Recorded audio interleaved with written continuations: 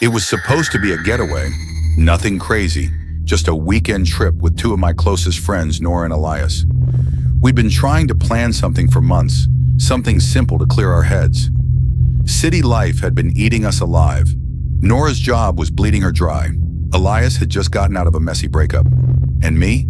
I was just tired. Bone deep tired. So when I found this cozy little Airbnb tucked away in the hills, about 4 hours out of town, it felt perfect. Off the grid, no neighbors, no streetlights, just a 2-story cabin surrounded by trees. Rustic, a little eerie in the photos, but charming. The kind of place you'd see in a moody indie film. The listing had 5 stars. The host, someone named Adrian, had nearly 100 glowing reviews. Everyone said the same things. Peaceful, clean, private. No red flags.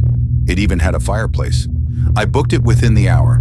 We packed our bags that Friday afternoon, stocked up on snacks and booze, and hit the road like we were teenagers again. We got there just before sunset. The place looked exactly like the pictures, almost weirdly so. The gravel driveway crunched under the tires as we pulled up. The porch light was already on, casting long shadows across the yard. It was quiet. Not just country quiet. Dead quiet, like the trees were holding their breath. Inside, it was clean and kind of cozy in a weird, dated way. The furniture looked old but untouched.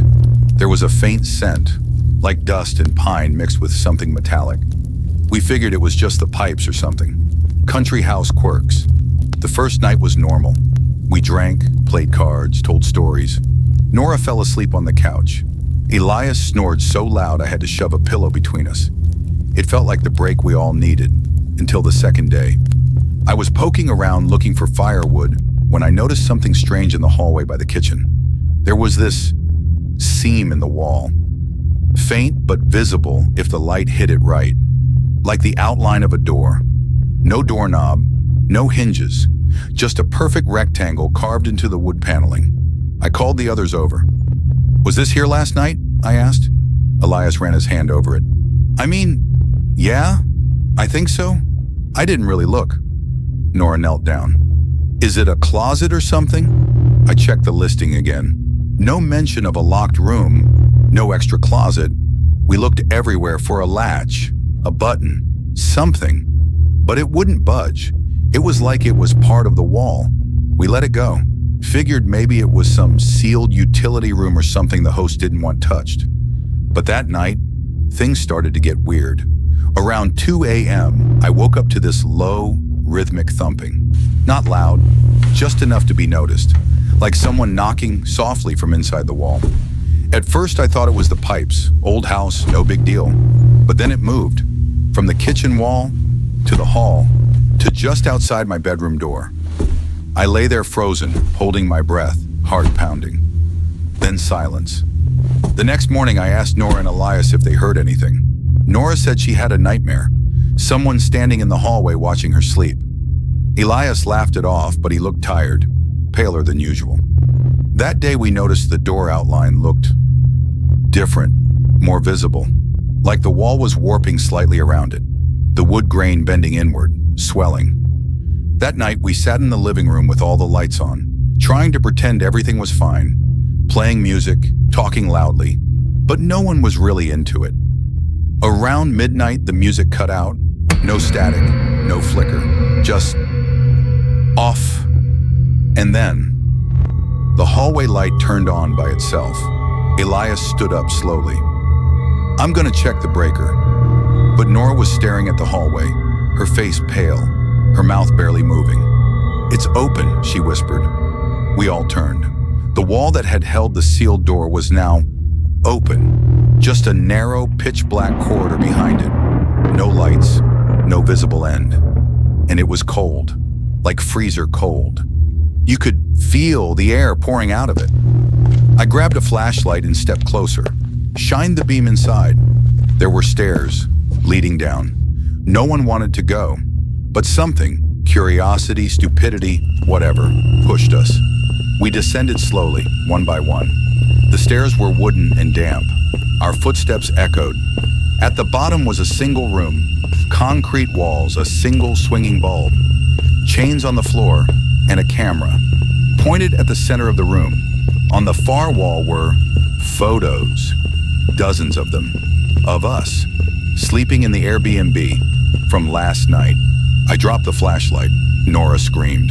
Elias started yelling for us to get out. But then, we heard it. Footsteps from upstairs. Heavy, deliberate, slow. The door slammed shut. We rushed up the stairs, banging, shouting, throwing our weight against it. But it was sealed, like it had never opened. And then, that low thumping, right behind us. Something was down there, with us. We don't know how long we were trapped. Hours, maybe longer. Eventually the door creaked open again, on its own, morning light flooding in. We didn't ask questions. We just ran, got in the car, peeled out of there, left everything behind. I tried to leave a review. The listing was gone. No record of Adrian, no listing history, nothing. It was like the house never existed. But sometimes when I can't sleep, I swear I hear it again. That soft, low thumping, like someone knocking from inside the wall.